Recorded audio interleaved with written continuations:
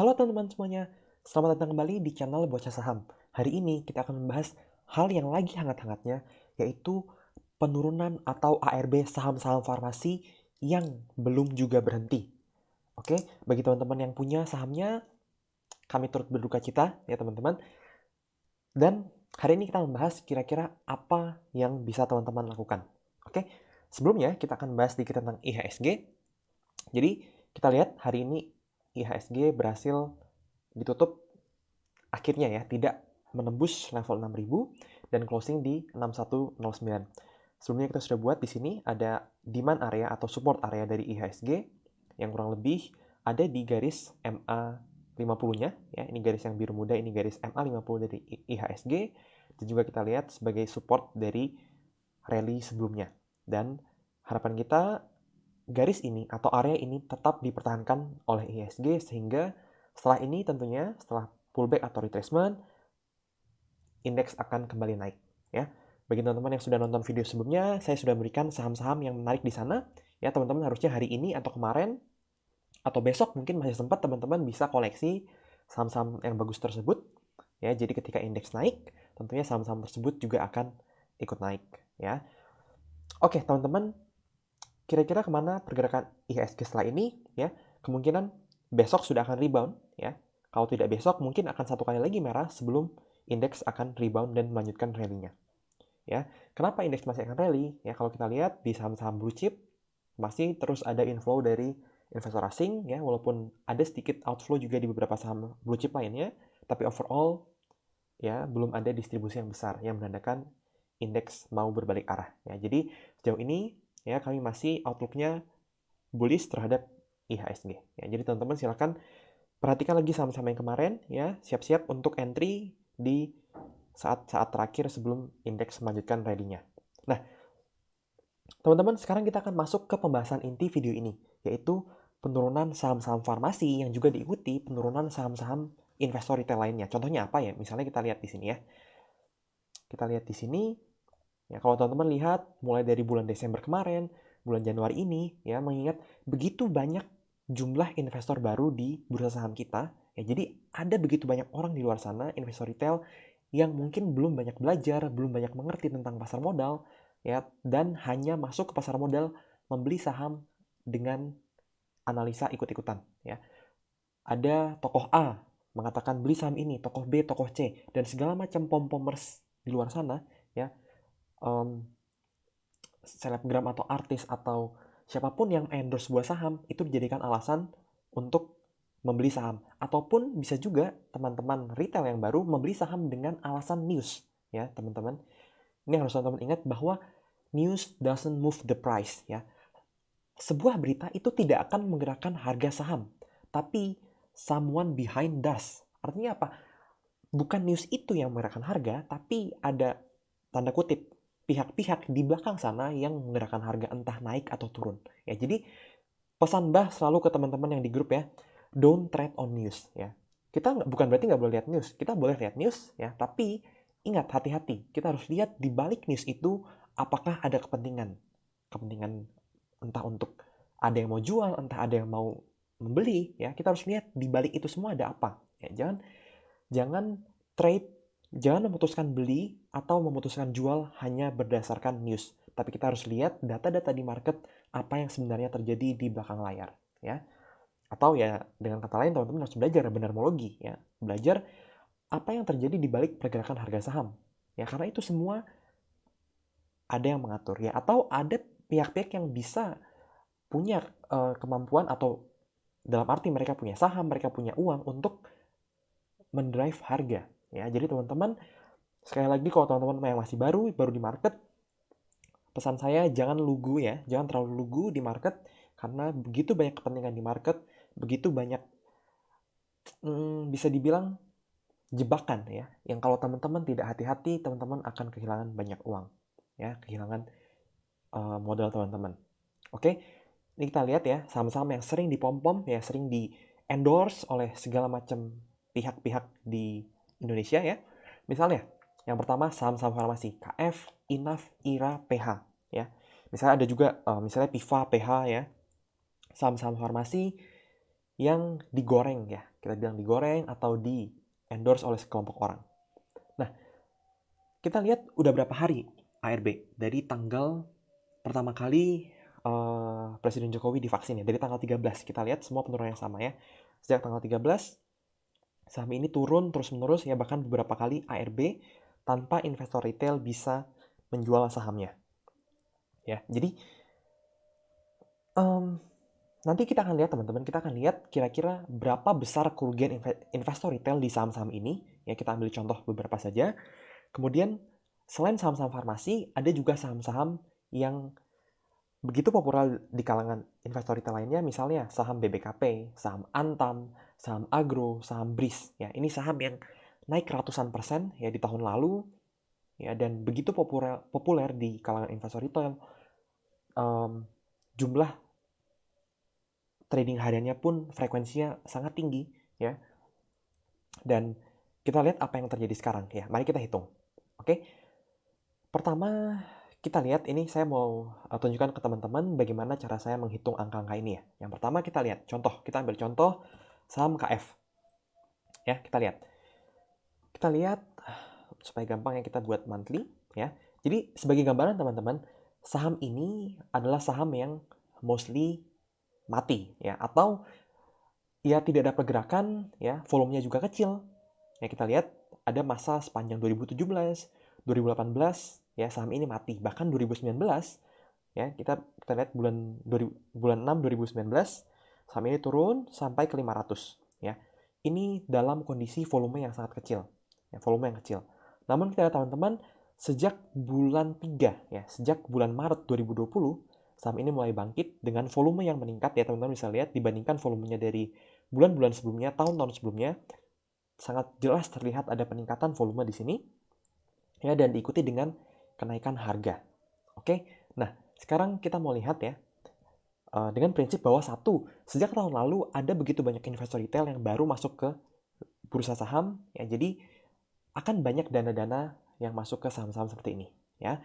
Dan kita lihat pada bulan Desember ya, kita lihat pada 2020 mostly dia sideways ya, tidak kemana-mana dengan volume yang kosong ya. Namun kita lihat pada hari pertama perdagangan bulan Desember ya, tanggal 2 Desember ini mulai ada volume dan ada kenaikan ya. Jadi dalam broker summary kita akan melihat apa yang terjadi mulai tanggal 2 Desember ya. Kita lihat ini di sini, ini 2020 12/2 ya, tanggal 2 tanggal 2 Desember 2020 ya.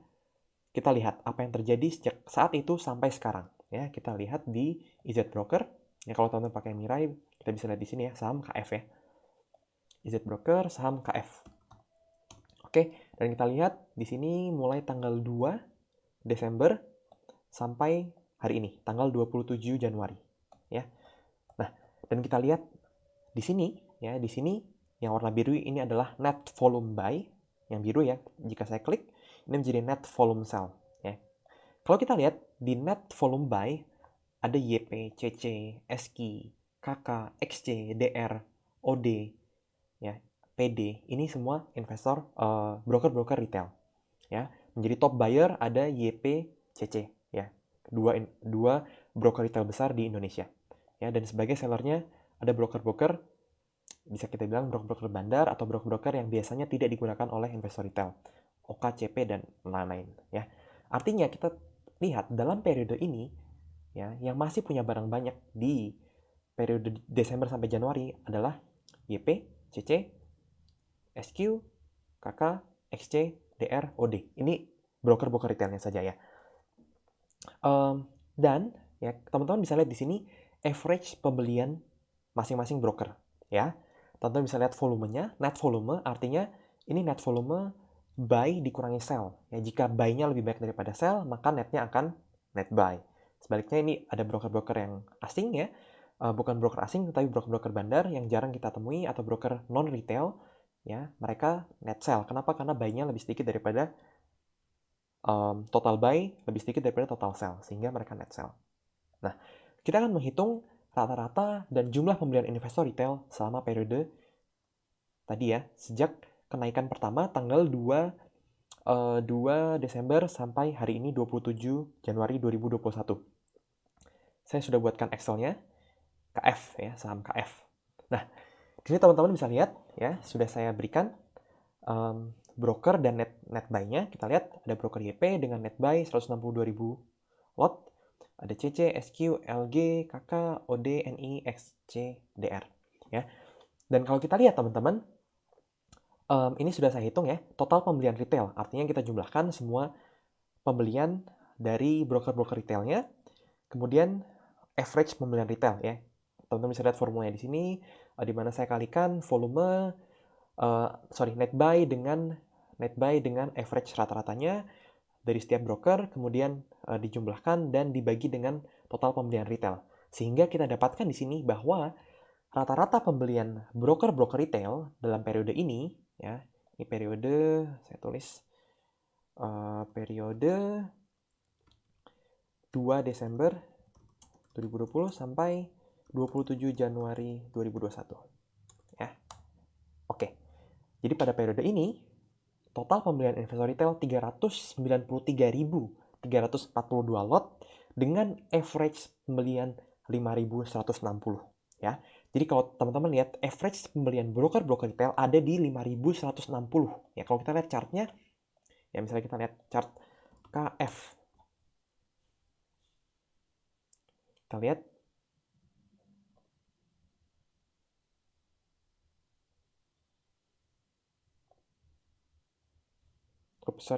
Ya, kita lihat saham KF ya. Di sini 5.100 itu ada di mana? Kurang lebih di sini berarti ya. 5.160. 5.160. Ya, kurang lebih di sini ya. Jadi average pembelian retail ada di sini teman-teman. Ya, sedangkan harganya saat ini ada di 3.600. Ya, jadi sudah saya hitung ya. Ini teman-teman bisa lihat ya. Ini tadi ya total pembeliannya 393.342 lot dengan average pembeliannya 5.160 dan harga sekarang 3.600. Jadi floating loss broker retail ini adalah 30% ya. Jadi nggak heran kalau banyak teman-teman ya di grup baik yang share portofolio mereka atau banyak yang curhat, banyak yang tanya bagaimana apa yang harus dilakukan dengan portofolio yang rugi seperti ini ya. Karena rata-rata pembelian mereka adalah saham-saham farmasi dengan average tinggi dan sekarang sudah turun cukup dalam dan sebagian besar nyangkut ya. Jika teman-teman, jadi saya kira-kira apa yang akan teman-teman jawab ke mereka-mereka yang nyangkut ya. Dan kalau kita hitung teman-teman ya, kita hitung dari total loss ya. Ini saya kalikan dari total selisihnya dikalikan total lot investor retail, maka didapati floating loss ya. Broker-broker retail atau retail, investor retail di Indonesia di saham KF saja ada minus 61,37 miliar ya. Hampir 61,5 miliar investor retail rugi di saham KF ya. Itu baru saham KF ya. Kita lihat saham-saham yang lain. Misalnya di sini saham Inaf.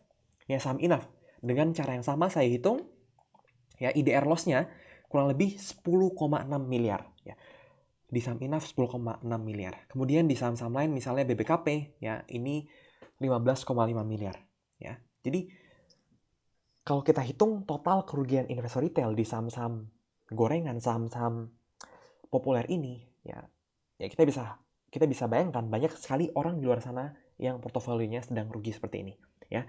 Semoga teman-teman bukan salah satu dari mereka ya. Ya, saya harap juga teman-teman alumni Bocah Saham, saya yakin tidak ada yang nyangkut di saham-saham pom-pom seperti ini ya. Ya, saya sampai bingung harus ngomong apa ya. Jadi kita lihat lagi ya, misalnya itu contoh saham-saham KF, Inaf, dan BBKP yang tadi saya sudah hitung. Tapi untuk saham misalnya saham Antam memang belum banyak loss-nya ya, belum, karena penurunannya tidak sedalam saham-saham farmasi. Untuk agro, untuk BRIS juga belum terlalu banyak, tapi untuk agro dan BBKP ya kita lihat penurunannya juga cukup dalam ya. Jadi sekarang pertanyaannya, jika teman-teman tidak memiliki saham ini, saham-saham berikut ini, maka teman-teman mungkin akan santai ya, teman-teman akan relax, fokus trading di saham-saham blue chip, di saham-saham yang masih bagus ya. Tapi jika teman-teman adalah orang-orang yang punya saham-saham berikut kira-kira apa yang harus dilakukan? Ya, satu, jawaban saya nggak tahu ya. Terserah teman-teman mau ngapain dengan kondisi voting loss yang cukup besar seperti ini. Ya, tapi yang saya tahu ya, kapan saham-saham ini rebound akan ditentukan oleh satu hal. Apa itu? Yaitu kapan investor retail cut loss. Ya. Kenapa? Ya. Dalam setiap skenario, dalam setiap pergerakan saham-saham seperti ini, ya akan ada cerita di mana saham ini diakumulasi, ya. Saham ini diakumulasi, kemudian harganya di markup atau dinaikkan, ya. Kemudian harganya kemudian terjadi distribusi dan barulah terjadi markdown.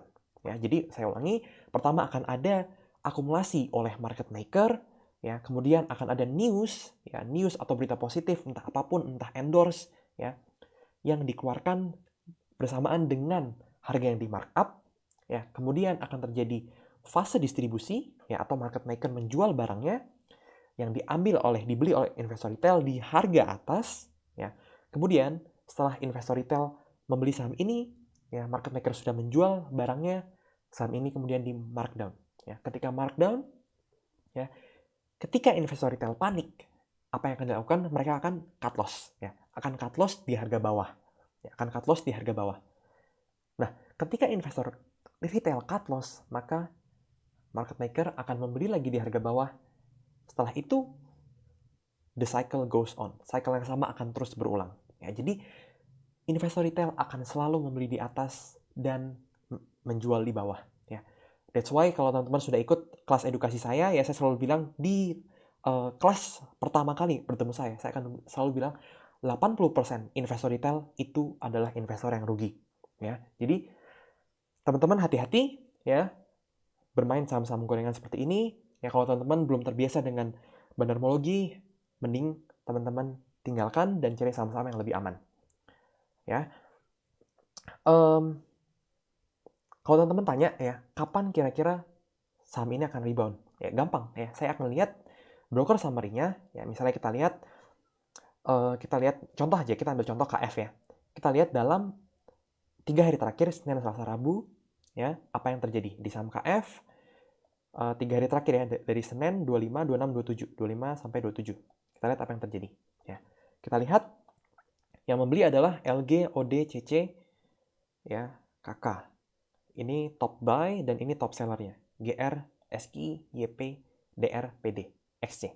Nah, kita lihat teman-teman, di saham-saham ini ya, kita lihat broker-broker retail sudah mulai cut loss. Ya, kita lihat GR, YP, KI, DR, PD. Ini semua broker-broker retail dan sebagian besar sudah mulai cut loss. Kita lihat KF, Enough, ya, ini top buy dan ini top sell-nya ada CC, GR, PD, DR, YP. Ya, ini broker-broker retail. Misalnya kita lihat lagi saham Antam. Top sellernya adalah CC, YP. Misalnya saham BBKP. Top sell-nya, ini belum retail. Kemudian misalnya Agro. Top sell-nya juga belum retail. Apa lagi? PH misalnya, PH. Top sell-nya belum retail. Kemudian IRA. Top sell-nya ya lumayan ada beberapa retail, CC, PD, NI, XC. Ya, XC ini broker ajaib ya, broker yang baru itu. Ya nggak tahu ajaib beneran atau enggak. Nah, jadi gimana? Artinya kita bisa melihat masing-masing saham ini ya, jika investor retail sudah mulai desperate, sudah mulai depressed ya, mulai panik ya, mereka akan mulai cut loss di harga bawah ya. Kita bisa lihat di grup-grup saham atau di Instagram atau dimanapun, ketika investor retail sudah mulai sudah mulai menjual, maka kita lihat yang akan membeli di sini adalah kembali broker-broker zombie atau broker-broker market maker. Saat itulah kita akan masuk fase yang baru, fase akumulasi para market maker, ya, dan akan mulai cycle yang baru. Ya, jadi bagi teman-teman yang belum punya dan mau berspekulasi, ya teman-teman bisa tunggu saat-saat itu terjadi di mana retail cut loss dan market maker ngumpulin barang, ya teman-teman bisa masuk. Bagi teman-teman yang retail dan sudah punya saham ini, ya, jika teman-teman cash-nya sudah habis, ya mau bagaimana lagi, ya? Selain menunggu, ya kalau harganya kembali naik, atau menjual di harga rugi, ya. Terserah kembali kepada pilihan teman-teman. Tapi jika teman-teman punya cash, ya teman-teman bisa satu, ya gunakan cash tersebut untuk mencari cuan di saham-saham yang bagus, saham-saham blue chip, ya saham-saham yang second liner yang lain yang potensinya juga masih bagus, ya. Atau teman-teman lagi-lagi mau kembali berspekulasi di saham-saham seperti ini, ya. Dengan syarat teman-teman silakan tunggu kapan retail mulai cut loss, ya. Kita harus bertindak against retail, ya. Ketika broker-broker zombie mulai akumulasi, di saat itulah kita mulai boleh melirik mencicil saham-saham ini. Ya, tapi bagi teman-teman yang tidak familiar dengan banarmologi, saya sarankan mendingan stay away aja dari saham-saham ini. Oke, baik teman-teman. Bagi teman-teman yang masih punya pertanyaan, silakan tuliskan di kolom komentar, ataupun jangan lupa teman-teman untuk join grup Telegram kami ya. Teman-teman feel free untuk tanya apapun di sana, atau mau private chat saya juga boleh, namanya Ran ya, di owner grup Bocah Saham. Silakan teman-teman, jangan ragu untuk konsultasi kondisi portofolio atau kondisi trading teman-teman ya. Oke, semoga video ini bermanfaat dan sampai jumpa di video-video kami berikutnya.